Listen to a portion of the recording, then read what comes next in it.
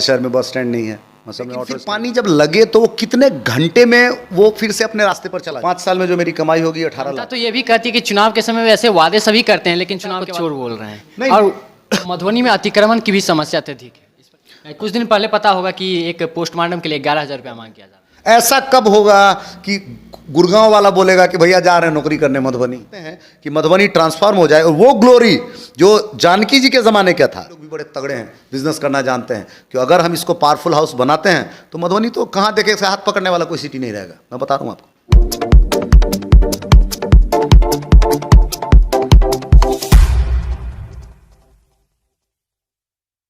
दोस्तों, मैं राजू शर्मा और आप देख रहे हैं आरजी बिहार न्यूज़। अभी हमारे साथ जो बैठे हुए हैं ये मधुबनी के रणधीर झा जी हैं और अभी नगर निगम का चुनाव होना है, तो इसमें ये मधुबनी से नगर निगम के चुनाव में मेयर पद के प्रत्याशी होंगे। तो इनसे हम आज बातचीत करेंगे नगर निगम और मधुबनी की जन समस्याओं को लेकर। सबसे पहले तो आरजी बिहार न्यूज़ आपका स्वागत है। आरजी बिहार के सभी दर्शकों को मेरी तरफ से नमस्कार, और उम्मीद है कि मधुबनी की जो जनता है वो सही फैसला करेगी। धन्यवाद। क्या क्या समस्या है जिन बातों को लेकर यहाँ की जनता परेशान है? नहीं, अगर आप मधुबनी की जनता से पूछिए तो वो तो ये नहीं पूछेंगे कि क्या क्या समस्या है, वो पूछेंगे कि यहाँ क्या ठीक है। तो आपको पता चलेगा कुछ भी ठीक नहीं है। हमारे शहर में बस स्टैंड नहीं है, मतलब में ऑटो स्टैंड नहीं है। हमारे शहर में गंदगी जो है वो शायद गंदगी में हम सर्वोच्च स्तर पर हैं, हम दुनिया में हम नंबर 1 हैं। पानी जो है वो हमारा तालाब कैप्चर हो रहा है, ख़राब हो रहा है। जल समस्या जो है वो सबके सामने में है। शहर के जो 4-5 सबसे बड़े कॉलोनीज़ हैं, एक तो हमारे भूतपूर्व मुख्यमंत्री के नाम पर है विनोदानंद झा कॉलोनी। तो विनोदानंद कॉलोनी के लोगों के साथ इतना दुर्भाग्य है कि इतना महंगा ज़मीन है, इतना बढ़िया लोकेशन है, लेकिन जल निकासी नहीं है। इसी तरह एक नया मोहल्ला है आदर्श कॉलोनी। आदर्श कॉलोनी में हज़ारों लोग रहते हैं। मैं घूम के आया उस दिन, मैंने कहा नहीं, जनसभा से पहले एक बार अंधेरे में घूमना ज़रूरी है। तो मैं रात के 10:30 बजे स्कूटी लिया मैंने, और स्कूटी से मैंने पूरा गली गली देखा। मतलब वैसे तो जाता रहता हूँ, लेकिन एक एक गली घूमा, और मैं मन ही मन सोच रहा था कि ये शहर है या गाँव। मेरा गांव जो है वो इससे बेहतर है। तो कहने को मधुबनी का एक कॉलोनी है, लेकिन जैसे ही आप घर से बाहर निकलते हैं तो आपको लगता है भाई कहाँ पहुँच गए। तो ये वो हो गई। देखें तिरहुत कॉलोनी, यहाँ पे डूबा रहता है। तो और सड़कों पर आप देखेंगे चकदा है, चकदा में बारिश होती है तो पूरा जल जमाव लग जाता है।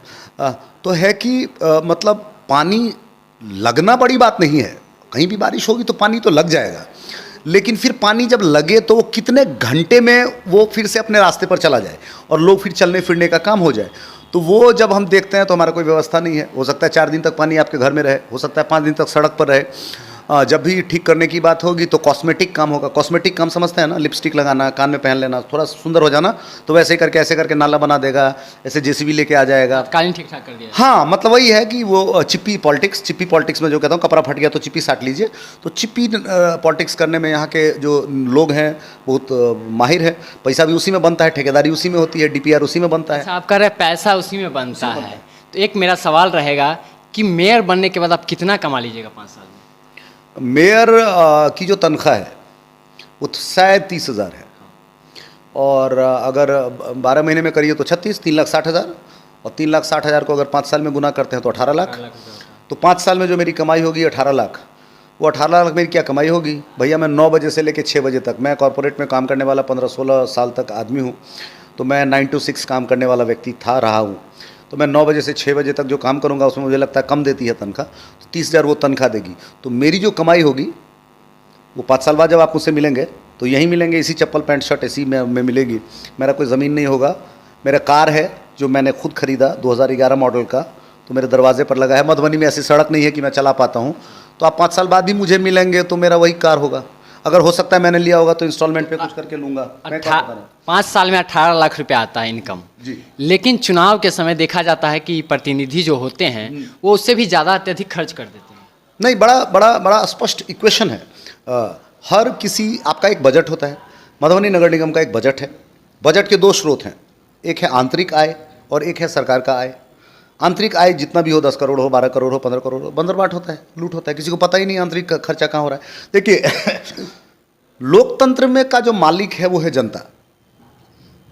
जनता अपने नौकरों के थ्रू, सर्वेंट के थ्रू, व्यवस्था के थ्रू अपना काम करती है। यही है लोकतंत्र। कौन है? ब्यूरोक्रेसी है, स्ट्रक्चर है, काम करने वाले सरकारी कर्मचारी हैं। ये लोग हैं जो काम करते हैं, लेकिन मालिक कौन है? मालिक है जनता।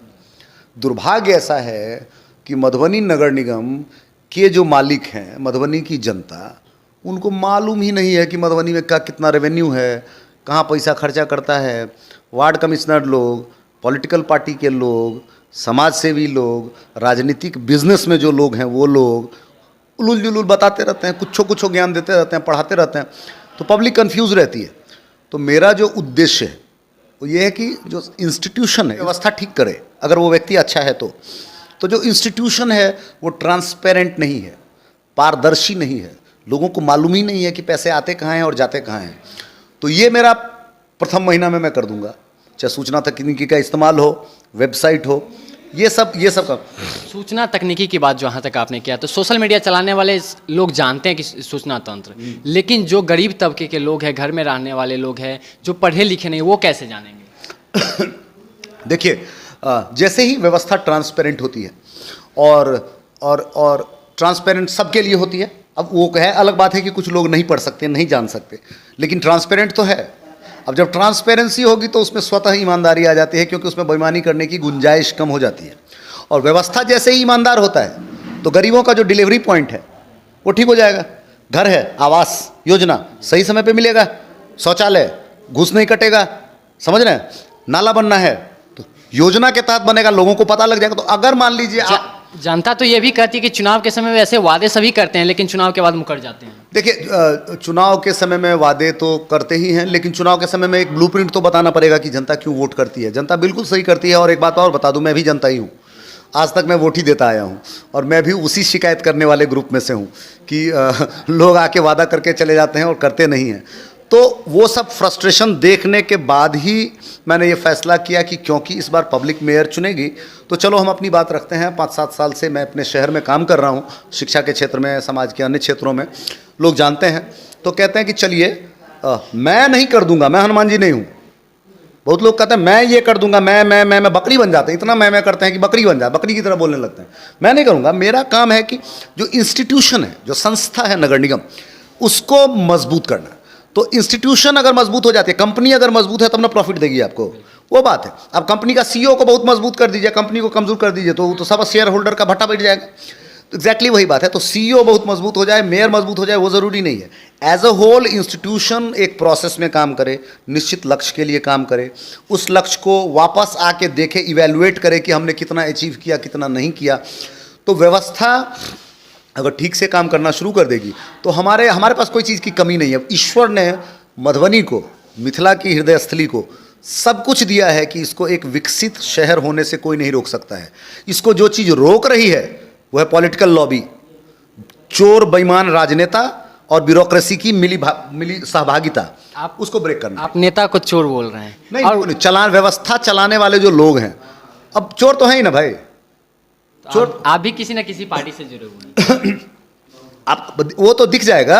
हर व्यक्ति नहीं होता है, ये दुनिया में मानना ये ठीक नहीं कि हर व्यक्ति चोर ही होता है, और हर किसी एक पर्टिकुलर क्षेत्र में हर व्यक्ति ईमानदार है, ऐसा भी नहीं होता। दुनिया में कोई ऐसा क्षेत्र नहीं है जिसमें सभी लोग ईमानदार हैं, और कोई ऐसा क्षेत्र नहीं है कि सभी लोग बेईमान हैं। पॉलिटिक्स में बहुत सारे लोग चोर हैं तो बहुत सारे अच्छे भी लोग भी हैं। ब्यूरोक्रेसी में बहुत सारे चोर बनोल हैं तो बहुत सारे अच्छे लोग। बिजनेस में, पॉलिटिक्स में, लॉयर में, डॉक्टर में, हर क्षेत्र में अच्छे लोग भी हैं, बुरे लोग भी हैं। मैं बोल रहा हूँ कि जो सिस्टम व्यवस्था चला रहे हैं, जो चुनाव में 2-3-4 करोड़ रुपया खर्चा करते हैं, इतना बजट लगाते हैं, तो वो कहाँ से रिकवर करेंगे? मैं अगर 2 करोड़ रुपया खर्चा कर दूंगा, कर सकता हूँ, ज़मीन बेच देता हूँ, मैं कर्जा ले लेता हूँ अपने 10 दोस्तों से, 2 करोड़ लगा देता हूँ चुनाव में, सबको गारंटी कर देता हूँ, सुन तू 50 लाख दे, चुनाव जीतेगा, ये 4 जमीन तुम्हारा, ये ठेका तुम्हारा, है ना। तो फिर मैंने ग्रुप बना दिया। आने से पहले मैं कह रहा हूँ कि मैं लोगों से अपील कर रहा हूँ, ये सब मत करिए। अब मधुबनी में अतिक्रमण की भी समस्या अत्यधिक है, इस पर क्या कहना है? अतिक्रमण के बहुत सारे प्रकार हैं। आप किस अतिक्रमण की बात कर रहे हैं? अभी जस्ट कुछ दिन पूर्व मिथिला स्टूडेंट यूनियन के द्वारा धरना दिया गया था पोखर अतिक्रमण को लेकर। देखिए, मैंने वही बोला ना कि अतिक्रमण एक सरलीकरण है किसी भी शब्द का। अतिक्रमण के बहुत प्रकार हैं। इस शहर में कोई ऐसा वर्ग नहीं है जो कहीं ना कहीं किसी न किसी जगह पे अतिक्रमण जिसने ना किया हो, घर हो, नाला हो। तो एक ये मास लेवल की प्रॉब्लम है। और अतिक्रमण मुक्त तभी हो सकता है जब जिसकी संपत्ति है और जो उस संपत्ति की देखरेख करने वाला है, इस संदर्भ में जो आप बात कर रहे हैं मधुबनी शहर के अतिक्रमण के मामले में, इस संदर्भ में वो है नगर निगम। नगर निगम के पास मधुबनी का गार्जियन है, उसके पास सारा क्षेत्र है। नगर निगम के पास, इसलिए आपसे क्वेश्चन। हाँ, तो नगर निगम अगर मजबूत हो जाती है, अगर वो एसर्ट करती है अपने अधिकारों के लिए, नहीं ये मेरा है, तुमको हटना पड़ेगा, अगर ये हो जाता है तो अतिक्रमण हटना शुरू हो जाएगा। अभी अभी कुछ दिन पहले कॉस्मेटिक अतिक्रमण हटा था, पदाधिकारी लोग ऐसे करके टीवी कैमरा लेके चले थे और दुकान का नाला ऐसे ऐसे करके तोड़ रहे थे, वो सब दिखावा था, दिखावटी था। असली अतिक्रमण should be backed by a plan. तो आपने, मैंने अतिक्रमण हटाया, लेकिन वहां पे मैं क्या बनाने वाला हूं, क्या करने वाला हूं? अरे हटा के फिर छोड़ देंगे, फिर वापस कर लेगा, मैं वही बताऊं। तो इंस्टीट्यूशन अगर मजबूत होता है, एसर्ट करता है, किसी की बात मानता नहीं है, तो छोटा अतिक्रमण से ज़्यादा जरूरी है बड़ा अतिक्रमण खत्म करना। तो हो सकता है मधुबनी शहर को अगले 5 साल में 10-20 ऐसी बिल्डिंग मिल जाए जहाँ पे स्कूल हो खुल जाए, जहाँ पे जांच केंद्र खुल जाए, चोर बनोल सावधान। अगर मधुबनी के लोगों ने बोल दिया ये छोटे मोटे अतिक्रमण की बात मत करिए, दुकान वाले ने बेचारे ने थोड़ा सा आगे कर लिया, उसका लहरिया लूट रहे हैं, वो बिजनेस को आप व्यवस्था दीजिए ना कि अच्छे से बिजनेस करे। बिजनेस कम्युनिटी है, आप उसको अच्छे से बिजनेस करने का व्यवस्था दीजिए। इसका भी जिम्मेदार तो कहीं ना कहीं नगर निगम। बिल्कुल है, बिल्कुल है। आप एक वर्ग विशेष को टारगेट कर रहे हैं और लहरिया लूट रहे हैं कि देखो मैंने अतिक्रमण हटा दिया। नहीं, अतिक्रमण उसके हटाओ ना जो नगर निगम चला रहा है और जिसने नाले पे मकान बना लिया, जिसने नाले पे दुकान बना लिया। नहीं नहीं, नाले पे जिसने सरकारी बिल्डिंग बना कर खड़ा कर दिया, लाखों रुपए किराया वसूलता है, वो शहर का रहनुमा है, तोड़ो ना। तोड़ेगा, सुनिए, रणधीर झा आते हैं, टूटेगा, तोड़े जाएंगे। नोएडा में सुप्रीम कोर्ट ने रास्ता बता दिया है कि चोरी, बेईमानी और गलत रास्ते से अगर आपने कोई कब्जा किया है महत्वपूर्ण जगह, तो कानूनी रास्ता खुल गया है, बुलडोजर चलेगा। आप डायनामाइट से गिराएं, चाहे उसमें अस्पताल खोल दें, लाइब्रेरी खोल दें, ये हो सकता है। प्रतीक्षा करिए, अगर मधुबनी की जनता 5 साल के लिए मौका देती है, छोटा मोटा अतिक्रमण, दुकान वाले बेचारे दुकान कर रहे हैं, छोटा सा किराना का दुकान है, आप उनके सामने आपने उनका छज्जा तोड़ दिया और आप बोले चाचा चौधरी बन गए। और यहाँ जो बड़ा जो बेईमान है जिसने नाले को 40 फीट नाले पर अपना मकान बना दिया, चर्चा नहीं कर रहे हैं, वही आदमी आपका नेता बनने जा रहा है। आपके आने से कार्रवाई होगा उन लोगों पर। 5 साल में मधुबनी के लोग देखेंगे कि मधुबनी में क्या क्या होगा। मैं ये बोल रहा हूँ, बड़ी बड़ी बातें करके कोई फायदा नहीं है। मैं इसलिए बोला क्योंकि मैं बैट्समैन नहीं, मुझे रन नहीं बनाना। फिर बोल रहा हूँ, इंस्टीट्यूशन नगर निगम कानूनी संस्था है, उसके पास सारा ताकत है, उसके कर्मचारी हैं, उसमें ब्यूरोक्रेसी है, उनको सोल्जर पे हाथ दीजिए ना कि आप करिए, साथ हैं, मधुबनी की जनता आपके साथ तो है। आप अपने ताकत का इस्तेमाल कीजिए ना कि मधुबनी की मेरी ताकत, फिर आप गलत। जनता के द्वारा जो आपको ताकत दिया जाएगा उसका इस्तेमाल। हाँ, ताकत बता रहा हूँ। तो मधुबनी के लोगों ने अगर डिसाइड कर लिया कि सारे अतिक्रमणकारियों को पिछवाड़े का रास्ता दिखाना है तो दिखा देगी। मधुबनी के लोगों ने अगर डिसाइड किया कि नहीं चोर बनोल ही ठीक है तो चोर बनोल ही रहेगी। तो शक्ति तो जनता के हाथ में है, लोकतंत्र में मालिक जनता है। व्यक्ति तो आते हैं जाते हैं मर जाते हैं, जनता है वही मालिक है। जनता अगर मेरे कंधे पे हाथ डालती है तो जानिए मधुबनी एक अलग रास्ते पर हाईवे पे चलेगा, मधुबनी गली में नहीं घुसकेगा, मधुबनी 4 लेन हाईवे पे आ जाएगा और जिसकी रफ्तार बहुत आगे बढ़ जाएगी। मैं ये बोल रहा हूँ। तो वही बात है, अतिक्रमण छोटा मोटा करके आप लोग लहरिया मत लूटिए, बड़े अतिक्रमणकारियों पर ध्यान दीजिए, तालाबों को मुक्त करवाइए, तालाब को साफ रखिए। पीने के लोग बीमार पड़ रहे हैं, गांव गांव में लोग बीमार पड़ रहे हैं क्योंकि पानी गंदा हो रहा है। मधुबनी में तो 90-95% चापाकल सूख गया। क्यों? क्योंकि दरभंगा महाराज और सरकार, ये 2 ऐसा यूनिट है जिसके तालाबों पर कब्जा करने की होड़ लगी हुई है। आप गए हैं काली मंदिर, आप पत्रकार हैं। काली मंदिर तो हम नहीं गए हैं। पुलिस लाइन काली मंदिर नहीं गए हूँ। वहाँ एक तालाब है 5 बीघे का, उसे भी अतिक्रमण कर लिया गया। घेर के दीवार चारों बगल घेर है, अंदर में खेल हो रहा है। फिर ये नगर निगम के अधिकारी और उसमें कागज निकाले जाएंगे कहीं कैसे। नहीं, मैं ये नहीं बोल रहा हूँ, मैं किसी व्यक्ति और ग्रुप समूह की बात नहीं कर रहा। मैं बोल रहा हूँ कि ये एक ऑर्गेनाइज्ड लूट है जिसमें सफेदपोश लोग, जिनके पास कानूनी ताकत है, पॉलिटिकल पावर है, कहीं ना कहीं पॉलिटिकल और कानूनी आपसी सहमति से बहुत बड़ा थैला है और बहुत बड़ा जेब है, पैसा है। तो किसी के मुंह में पैसा ठूस दो तो लोग चुप हो जाते हैं। तो ये 3 जिसके पास है वही करता है। मधुबनी किसके पास है आप डिसाइड करिए, आप पत्रकार है, आप बेहतर जानते हैं। तो ये रही बात मधुबनी की राजनीति की। जी। अब हम बात करेंगे, आप शिक्षा क्षेत्र से आते हैं। आप अगर नगर निगम के परिप्रेक्ष्य में पूछ रहे हैं, नगर निगम से। हाँ, तो नगर निगम 2007 में जो अधिनियम नीतीश बाबू की सरकार ने पास किया, बिहार सरकार ने, तो उसमें पहले नगर निगम की जो 1948 वाला जो नगर निगम था, 1948 से जो चल रहा था, म्यूनिसिपैलिटी जो ऑफिस है, उस पर स्कूल चलाने की व्यवस्था थी। तो चट्टी पर है, बहुत सारे स्कूल्स थे जो नगर निगम चलाते थे। 2007 में शिक्षक की भर्ती, नियुक्ति, ये सब हटा लिया गया, नगर निगम नहीं कर सकती है। नगर निगम के लोग, मेयर एक चतुर्थ वर्गीय कर्मचारी की भी नियुक्ति नहीं कर सकते हैं, कोई लोग पढ़ता ही नहीं है, कुछ कुछ प्रॉमिस करता है, तो वो नहीं कर सकते। लेकिन नियुक्ति नहीं कर सकते हैं, लेकिन उसको विस्तार कर सकते हैं। नहीं, मैं बोल रहा हूं कि शिक्षा के क्षेत्र में जो लोग हैं और जो मधुबनी में जो लोग, जो ऐसा वर्ग है जो शिक्षा से दूर है, जिसके पास गुड क्वालिटी स्कूल नहीं पहुंच रहा है, तो ऐसे वर्गों को हम आइडेंटिफाई करेगी नगर निगम और ये प्रयास करेगी कि जो शिक्षा से दूर समूह है उसको स्कूल से जोड़ा जाए। जो स्कूल कॉलेज के लड़के हैं, जो गरीब बैकग्राउंड से आते हैं, ग्रामीण बैकग्राउंड से आते हैं, उनको टेक्नोलॉजी उनको पकड़ाया जाए, डिजिटल लाइब्रेरी बनाया जाए 5-6 जगह पे, कि वो किताब, उनका अगर कोई फॉर्म भरना हो, पैसे नहीं हैं तो वो डिजिटल लाइब्रेरी में जाके अपना काम कर लें, इंटरनेट उनके पास व्यवस्था हो। तो डिजिटल लाइब्रेरी एक है बड़े स्टूडेंट्स के लिए जो 10th प्लस के बाद हैं, जो कंपटीशन की तैयारी करते हैं जॉब के लिए, और हमारे सफाई कर्मचारी हैं मधुबनी नगर निगम के, इनके बच्चे पढ़ रहे हैं क्या? नहीं पढ़ रहे हैं। हमारे चतुर्थ वर्गीय लोग हैं जो घरों में काम करते हैं, दलित वर्ग के लोग हैं, इनके बच्चे पढ़ रहे हैं क्या? ये ध्यान देना नगर निगम का काम है।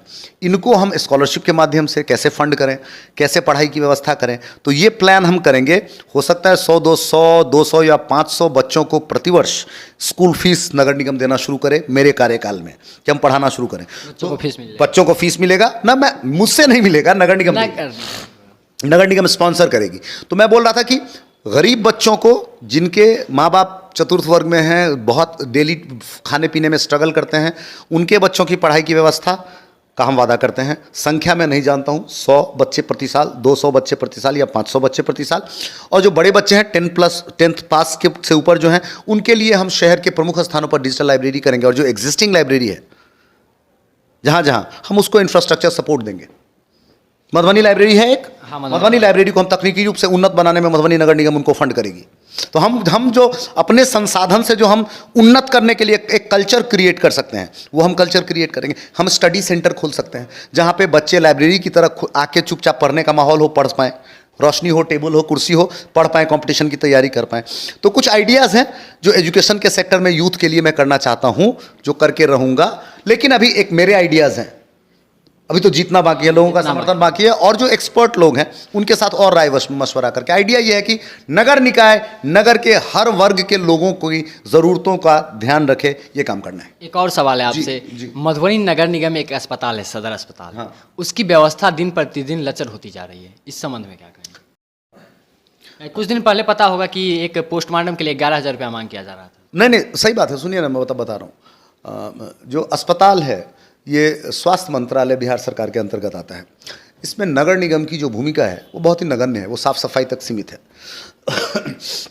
2007 अधिनियम में जो अस्पताल खोलने का जो था वो नहीं है। नगर निगम जो है वो अस्पताल नहीं खोल सकती है। अस्पताल खोलने और चलाने की बात हम नहीं कह रहे हैं, लेकिन अगर एक जनप्रतिनिधि होने के नाते आपके द्वारा जनता को क्या लाभ मिलेगा उस सदर अस्पताल जाने से? मैं आपको बता रहा हूँ, सदर अस्पताल मधुबनी अनुमंडल का अस्पताल है।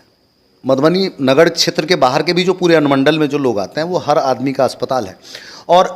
और ये विधायक या अन्य जनप्रतिनिधि जो है ये इनके क्षेत्र में आता है। मैं कुछ और कहने का प्रयास कर रहा हूँ। मैं बोलूँ कि मैं हॉस्पिटल ठीक कर दूंगा, ये ज़बरदस्ती वाली बात, ये ठीक करने वाली नहीं मानेगा बात, आपके क्षेत्र से नहीं सुनिए ना, CS नहीं मानेगा बात। आप समझिए, सिस्टम ऐसा है अपने देश का, जब सिस्टम नहीं जानिएगा तो नहीं। हम बात कर सकते हैं, एक नगर निकाय प्रयास कर सकती है कि आप बढ़िया फंक्शन करिए, लेकिन वो सुधरेगा और ठीक होगा हेल्थ मिनिस्ट्री से ही, स्वास्थ्य विभाग से। मेरा कहना कुछ और है। मैं बोल रहा हूँ कि अस्पताल की आवश्यकता आपको तब पड़ती है ना जब आप बीमार पड़ते हैं। और बीमार आप क्यों पड़ रहे हैं? क्योंकि आपका हवा गंदा है, मलेरिया होता है, मच्छर है, आपका पानी पेयजल खराब है। तो मेरा प्रयास ये होगा कि शहर में लोग बीमार कम पड़े। आपका प्रयास होगा कि बीमार ही ना पड़े, बीमार लोग कम पड़े। हम ऐसा शहर बने कि लोग बीमार, क्रोनिक डिजीज की मैं बात नहीं कर रहा, वो तो अलग चीज़ है, किसी को डायबिटीज हो जाए वो, लेकिन जो सामान्य जल से बीमारी होता है, मच्छर से बीमारी होता है, गंदगी से बीमारी होता है, ये हमें न्यूनतम हो एक। और दूसरा कि महत्वपूर्ण जगहों पर जांच की व्यवस्था हो, ये हम कर सकते हैं। नगर निगम के पास ये अधिकार है। खून जांच हो गया, एक्सरे हो गया, ब्लड जांच हो गया, कुछ ऐसा मशीन होता है जो जिससे क्या जांच केंद्र, तो जांच में बहुत सारे पैसे खर्च हो जाते हैं गरीब लोगों के। तो मेडिकल टेस्ट सेंटर हम अलग अलग जगह पे खोलेंगे, ये मेरा कमिटमेंट है।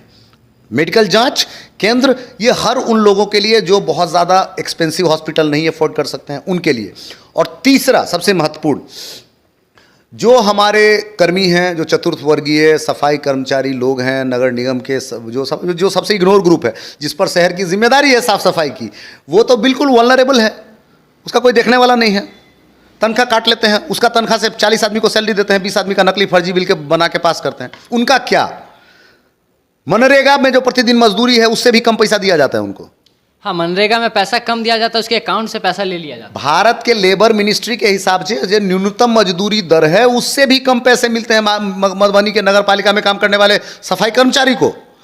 तो मेरा कहना है कि सफाई कर्मचारी लोगों की सैलरी और उनके साथ उनको हेल्थ इंश्योरेंस, तो शहर के गरीब लोगों को हेल्थ इंश्योरेंस देने में के क्षेत्र में हम क्या क्या कर सकते हैं कि चलो अगर मान लीजिए ये सरकारी लोग ठीक नहीं कर रहे हैं तो निजी में तो पैसा लगता है, तो निजी में तो पैसा लगता है, तो अगर मैं लाख रुपया या 2 लाख रुपए का हेल्थ इंश्योरेंस अगर 10,000 लोगों को, 5,000 लोगों को, गरीब लोगों को अगर मैं दे पाता हूं और इंश्योरेंस सपोर्ट कर पाता हूं, तो आप क्रिप्स में जाके इलाज करवाइए, पैसा देने के बदले में आप इंश्योरेंस कार्ड से आप इलाज करवाइए, पेमेंट करिए। तो जो गरीब लोग हैं उनको, चाहे जो सबसे जो डाउन डॉट है हर समाज का, हर वर्ग का, ऐसा नहीं इसमें जाति डिवीजन नहीं है, हर जाति के लोग जो भी बिल्कुल, उनको हेल्थ इंश्योरेंस दीजिए। नगर निगम क्या कर सकता है इस क्षेत्र में, उसका प्रयास रहेगा। तो इंश्योरेंस कर सकते हैं, जांच केंद्र खोल सकते हैं और लोग बीमार कम पड़े, इसकी व्यवस्था कर सकते हैं। यही है स्वच्छ मधुबनी, स्वस्थ मधुबनी कि हम व्यवस्था कर देंगे। तो ये आपके चुनाव जीतने के बाद कितने दिनों के अंदर हो जाएगा? देखिए, प्रथम वर्ष में मैंने जो कमिटमेंट किया है उस सब में मैं काम शुरू कर दूंगा। जैसे कि मैं बताता हूँ, जैसे ये सैलरी वाला बात है नगर निगम के कर्मचारियों की, कर्मचारी मेरी जिम्मेदारी, नगर निगम की जिम्मेदारी नहीं है। जो सफाई कर्मचारी की तनख्वाह 5 डिजिट में होगी, 10,000 से कम किसी को नहीं मिलेगा, किसी झाड़ू वाली को नहीं मिलेगा। हर व्यक्ति को पीएफ मिलेगा, प्रोविडेंट फंड मिलेगा। मैं किसी थर्ड एजेंसी को स्वीकार नहीं करूंगा। ये दूसरे तीसरे महीने से मैं लागू कर दूंगा, विद इन 3 मंथ। एक बजट जब पास होगा तो बजट में ये सारे प्रोविजन आ जाएंगे। हम एक वेबसाइट बनाएंगे, वेबसाइट फ़ोन पे भी एक्सेस कर सकते हैं आप, मोबाइल ऐप के थ्रू भी, उसमें आपको सारी सूचनाएं मिल जाएंगी कि इस वर्ष नगर निगम ये 10 काम करने वाला है। तो बजट के समय हम बहुत क्लियर कर देंगे कि हमने इतने पैसे कमाए, हमको इतना पैसा ग्रांट में मिला और इस पैसे का हम ये 25 काम कर रहे हैं। तो उसमें सब प्रथम जो है वो सफाई कर्मचारी लोगों की तनख्वाह को बढ़ाना, उनको सिक्योर करना कि मर ना जाए बेचारे। कल ही आपने देखा हरलाखी में लोग मरे, कौन मरा? हौज में गिर के, वो तो सफाई कर्मचारी। और नहीं करता तो भी अलग गंदगी थी, तो करना जाना मजबूरी उनकी है, कोई देखने वाला नहीं है। तो वो बढ़िया हॉस्पिटल में जाने का अधिकार नहीं है उनको, प्राइवेट हॉस्पिटल में जाने का अधिकार नहीं है। कैसे जाएंगे? उनके पास तो पैसे नहीं है 15,000 रुपये हॉस्पिटल में देने का, 10,000 रुपये हॉस्पिटल फीस देने का। सो आई गिव देम इंश्योरेंस। अब 2 लाख का, 1 लाख का, 5 लाख का, कितने का? प्रतिवर्ष हमारे जितने भी सफाई कर्मचारी होंगे उनको हम हेल्थ इंश्योरेंस देंगे, नगर पालिका देगी। नगर पालिका के साथ जो काम करेगा और हमारे बेहतरी के मधुबनी के अधिक से अधिक लोगों को हम स्वास्थ्य के क्षेत्र में, स्वच्छ रखने के क्षेत्र में सुरक्षित कर पाएं, ये हमारी जिम्मेदारी होगी। अब अंतिम में आप मधुबनी नगर निगम के जनता से क्या अपील करना चाहेंगे? नहीं, मैं जनता से मेरी अपील ये है कि लोग हमको अलग समाज में, जातिगत झुंड में, धार्मिक झुंड में, अलग अलग ग्रुप में बांट देते हैं।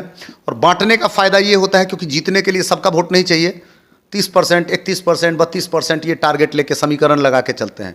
और हम और आप जैसे ही अलग अलग ग्रुप में बट जाते हैं तो जो बंदर है वो फ़ायदा उठा ले जाता है। जो लुटेरे लोग होते हैं, जो शातिर लोग होते हैं, वो यही चाहते हैं कास्ट में बांट दो। तो लोग आएंगे, बांटेंगे कि फलना जात, फलना धर्म, ये करेंगे। तो एक तो वो बटना नहीं है। दूसरी बात, सोचना है कि हम कब तक दूसरे राज्य को कहते रहेंगे कि हम आ रहे हैं दिल्ली नौकरी करने, हम आ रहे हैं बंबई नौकरी करने, हम आ रहे हैं गुड़गांव में नौकरी करने।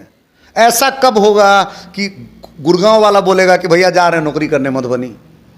तो अगले 15, 20, 25 साल में मधुबनी एक आर्थिक मजबूत केंद्र बने, इकोनॉमिक सेंटर बने। हमारे पास बेसिक सब कुछ है। एक मजबूत अर्थव्यवस्था के लिए जो फंडामेंटल्स चाहिए, बाजार होना चाहिए। 55 लाख तो जिला की आबादी है, 55-60 लाख तो मधुबनी जिला की आबादी है। उसके बाद अगल बगल क्षेत्र में देख लीजिए, नेपाल बॉर्डर है, ये है, भूटान भी हमसे नज़दीक है। हम गोल्डन क्वाड्रेंगल है हमारा, हम 4 लेन से जुड़े हुए हैं। हमारा 20 किलोमीटर पे हवाई अड्डा है। हमारा यहाँ पे मधुबनी रेलवे स्टेशन से हिंदुस्तान को जोड़ने वाली, हर इस शहर को जोड़ने वाली ट्रेन जाती है। Then why not? फिर हम आर्थिक तरक्की क्यों नहीं कर रहे हैं? हमारे यहाँ निवेश क्यों नहीं हो रहा है? हमारे यहाँ कंपनियाँ क्यों नहीं खुल रही हैं? एजुकेशनल बड़े इंस्टीट्यूशंस क्यों नहीं आ रहे हैं? उसका कारण यही है कि हम रहने वाले लोग ही नहीं हैं। हम तो गंदगी का अंबार हैं। कौन आएगा यहाँ पे रहने? समझ रहे हैं ना? तो हम मधुबनी को ऐसा बना दें कि लोग खींचे चले आए। तो अगर 20-25 साल में अगर ये चाहते हैं कि मधुबनी ट्रांसफॉर्म हो जाए और वो ग्लोरी जो जानकी जी के ज़माने का था, जो हमारे जो मिथिला के जो माँ राजा जनक के ज़माने का जो मिथिला का ग्लोरी है, हमको युद्ध स्थल नहीं थे। जो मिथिलांचल जानता है, जो मिथिला की कहानी जानता है, रामायण जानता है, वो जानता है राजा जनक कोई तलवारबाज नहीं थे। उनके पास लक्ष्मी और सरस्वती दोनों का वास था, है ना? तो मधुबनी में वापस लक्ष्मी और सरस्वती का वास करना है। अगले 20-25 साल में हम इकोनॉमिक पावर हाउस बने, हम इस रास्ते पर मधुबनी को ले जाएं। हमारा ये प्रयास होना चाहिए। नगर निगम एक टूल है कि हम सिटी को बढ़िया करें। आर्थिक तरक्की के लिए शहर मजबूत होना जरूरी। आप शहर ही जाते हैं ना, महाराष्ट्र के गांव तो जाते नहीं हैं, सांगली तो जाते नहीं हैं। आप तो पुणे जाते हैं, इनकम के लिए जाते हैं। आप पुणे जाते हैं, आप नासिक जाते हैं ना, सतारा तो नहीं जाते हैं, सांगली तो नहीं जाते हैं। तो मैं वही बोल रहा हूँ, लोग शहर आएंगे। शहर अगर आपका दर्शनीय रहेगा, साफ सुथरा रहेगा, डायनामिक रहेगा, लोग अट्रैक्ट होंगे। हमारे पास मधुबनी पेंटिंग अंतर्राष्ट्रीय लोग आते हैं, हम तो बहुत आगे बढ़ जाएंगे। मिथिला पेंटिंग अलोन हमारा टर्नओवर करोड़ों में कर सकता है, लेकिन हम पहले अच्छा शहर तो बने। देख रहे कोई रहने वाला कोई नहीं। नहीं, हम अच्छा शहर है ही नहीं। आप मंदिर जाइए, मंदिर आपके पैर से छू के सुअर निकल जाएगा। काली मंदिर है, काली मंदिर के चारों बगल में 40 गो सुअर घूम रहा है, कोई देखने वाला नहीं है। बगल में पार्क है, कचरा कहता है दरभंगा महाराज का जमीन है तो हम नहीं छुए, से लिखवाना चाहता है ट्रस्ट से। तो तेरा कॉम्बिनेशन देगा भैया, किसी की भी है वो रखो ना, but make it a park. Make it a park की लोग घूम सके तो कर दो। नगर निगम तो साफी सफाई का काम करती है ना, तो तुम्हारा हो मेरा हो किसी को हो, यूज तो जनता करेगी, यूज तो जनता करेगी, यूज तो वहां के लोग करेंगे। अपना हाथ खींचे हुए हैं ओनरशिप के नाम पे, नहीं मेरा नहीं, अबे तुम्हारा नहीं है तो क्या हुआ? जिसका है उससे बात करो, ट्रस्ट से बात करो, दरभंगा महाराज के ट्रस्ट से बात करिए। नगर निगम क्या लोग बेवकूफ लोग हैं क्या? पढ़े लिखे लोग हैं। ट्रस्ट को बुलाइए, कहिए देखिए पार्क है आपका, महारानी पार्क रखते हैं इनका नाम। अगर आपकी जमीन है तो आप ही के पूर्वजों के नाम पर ये पार्क बनाते हैं, है ना? दरभंगा महारानी के नाम पर ये पार्क बनाते हैं और बनाने की देखरेख की जिम्मेदारी हमारी नगर निगम की। तो आप दर्शनीय बना सकते। कहने का मतलब यूं, आपके जीवन में समस्याएं आती हैं और उस समस्याओं को आप कैसे टैकल करते हैं। तो वी हैव प्रॉब्लम्स। नगर निगम में, शहर में बहुत सारी समस्याएं हैं, लेकिन हर उस समस्या का एक आंसर है, जवाब है। तो आप अगर जवाब पे बैठेंगे कि अब इसका सोल्यूशन समाधान करना है, तो आपको समाधान मिलेगा। आप सिर्फ प्रॉब्लम डिस्कस करेंगे तो आप घंटों करते रहिए, 20 साल तक करते रहिए तो प्रॉब्लम ही प्रॉब्लम है। आपको हर जगह से प्रॉब्लम, मेरे कपड़े में प्रॉब्लम दिखेगा, मेरे बोलने में प्रॉब्लम दिखेगा, हर जगह आपको प्रॉब्लम ही। सो आपका एप्टीट्यूड क्या है? मैं पॉजिटिव आदमी हूँ, ऑप्टिमिस्टिक आदमी हूँ। मुझे लगता है कि मधुबनी में वो सारा इकोनॉमिक गुण है, आर्थिक गुण है। हमारे यहाँ के व्यवसायी लोग भी बड़े तगड़े हैं, बिजनेस करना जानते हैं, कि अगर हम इसको पावरफुल हाउस बनाते हैं तो मधुबनी तो कहाँ देखे हाथ पकड़ने वाला कोई सिटी नहीं रहेगा, मैं बता रहा हूँ आपको। चलिए, तो ये हमारे साथ थे रणधीर झा जी, जो मधुबनी के नगर निगम चुनाव में मधुबनी से मेयर पद के उम्मीदवार होंगे। तो हमारे चैनल पर अगर आप इस वीडियो को देख रहे हैं तो लाइक करें, सब्सक्राइब करें और शेयर करें, और हमारे चैनल पर ऐसे ही बने रहें।